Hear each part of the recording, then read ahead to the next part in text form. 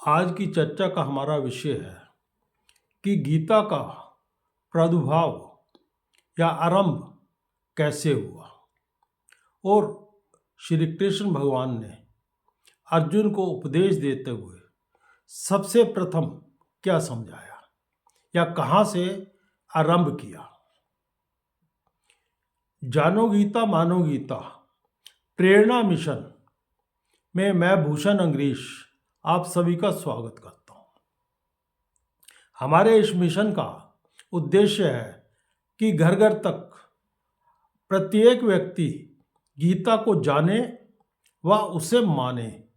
माने का अर्थ है कि वह उसे अपने जीवन में अपनाए, क्योंकि अपनाने से ही वह अपना जीवन सार्थक विधि से जी सकता है और अपने जीवन में आनंद का प्रसार कर सकता है।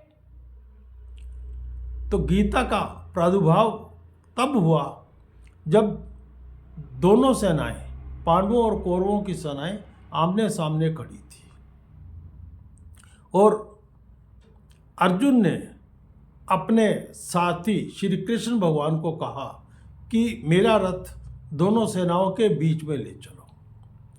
जब वो उसका रथ दोनों सेनाओं के बीच में जाके खड़ा किया तो कौरवों की सेना में अपने भाई बंधुओं को देख गए, क्योंकि उसमें चाचा मामा दादा सभी खड़े थे।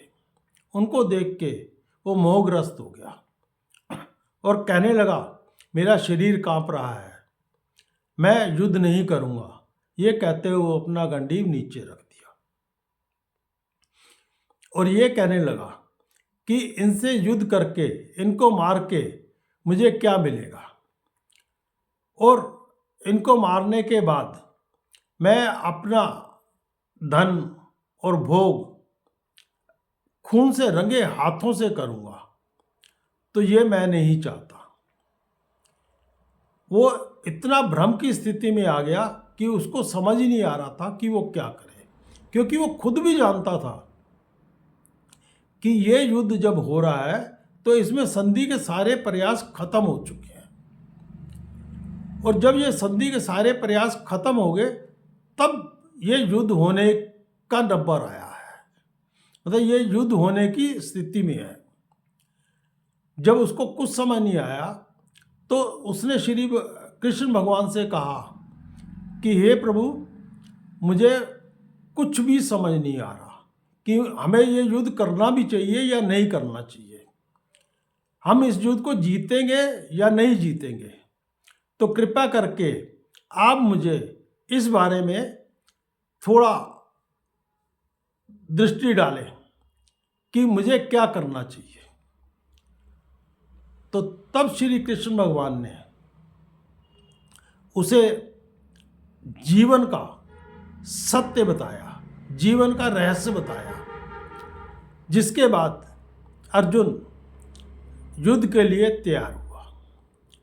श्री कृष्ण भगवान ने सबसे पहले शुरुआत जो की वो ये बताया कि असत्य क्या है और सत्य क्या है। उन्होंने 2 अध्याय के 16वें श्लोक में ये कहा है कि असत्य का कोई भी भाव नहीं है तथा सत्य का अभाव नहीं है, और इन दोनों को इस तरह से जो जानता है उसे क्या है कि तत्वज्ञानी कहते हैं। इसका अर्थ है कि असत्य का भाव नहीं है। असत्य का क्या अर्थ है कि जो पहले नहीं था अब है और आगे नहीं होगा, मतलब वो कुछ समय के लिए है, वो परमानेंट नहीं है, वो हमेशा के लिए नहीं है। और सत्य का अर्थ है कि जो पहले भी था, आज भी है और आगे भी रहेगा। इसका मतलब है सत्य और असत्य। और उसके बाद उन्होंने ये भी कहा कि इसको जो इस तरह से जानता है वो तत्वज्ञानी है। तत्वज्ञानी का मतलब है कि तत्व का अर्थ होता है कि किसी वस्तु का तत्व इसलिए बोलते हैं कि वो उसका जो यथार्थ है, वो जैसी वस्तु है उसको वैसे ही जानना। मतलब जो सत्य है कि सत्य क्या है, सत्य की क्या परिभाषा है, उसको उस तरह जानना, और असत्य को असत्य की तरह जानना। जो इसको इस तरह जानता है वो तत्वज्ञानी है। उसके बाद श्री कृष्ण भगवान ने ये कहा कि इस संसार में, इस सृष्टि में जो नाशवान है वो है असत्य, और जो नाश रहित है, जो नाशवान वस्तुओं को चला रहा है, मतलब जो जिसके नाशवान वस्तुएं इस संसार में दिखाई दे रही हैं, तो वो ऐसा चीज है, वो ऐसी वस्तु है जो कभी नष्ट नहीं हो सकती, उसको कोई नष्ट नहीं कर सकता, उसको कोई मार नहीं सकता।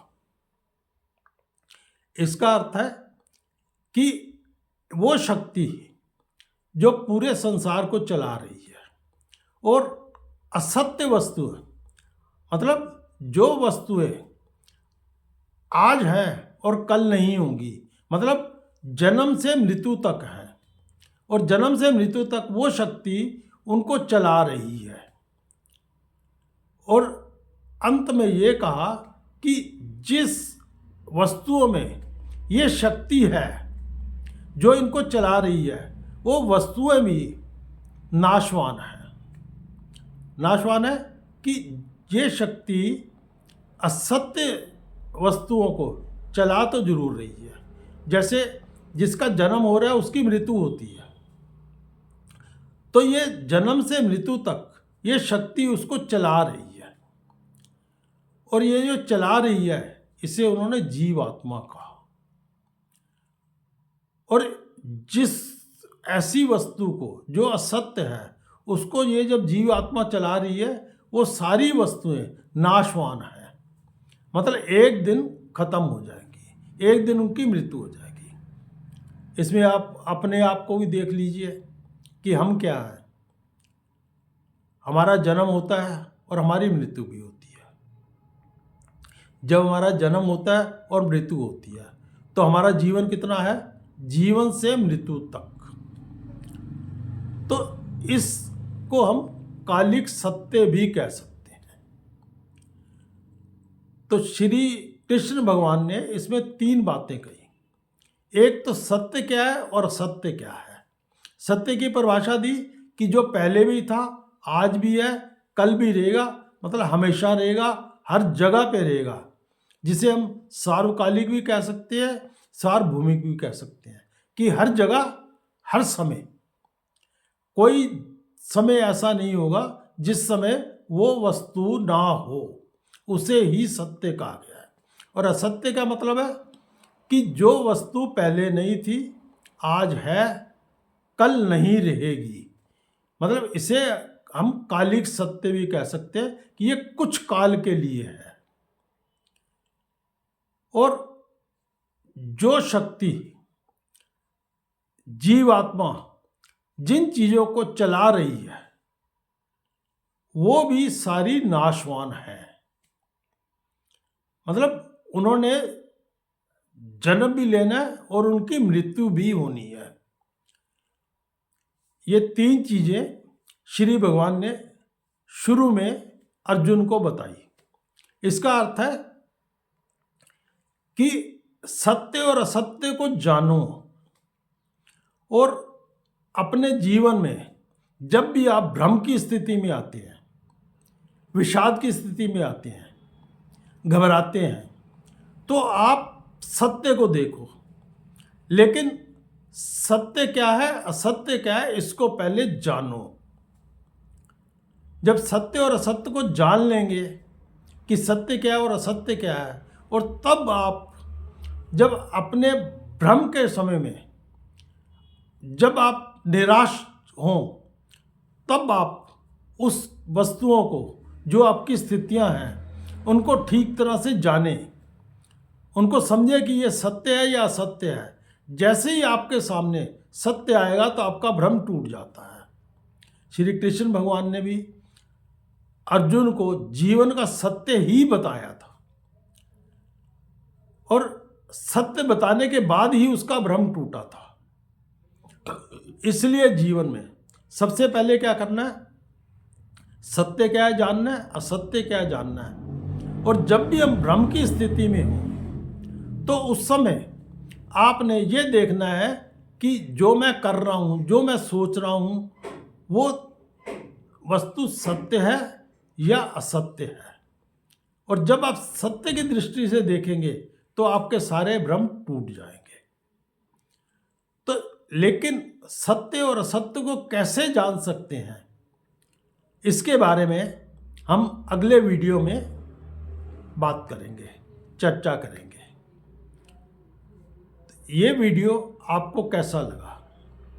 अगर अच्छा लगा हो तो इसे लाइक ज़रूर करें, और हमारे साथ जुड़ने के लिए आप इसको सब्सक्राइब ज़रूर करें और अपने मित्रों को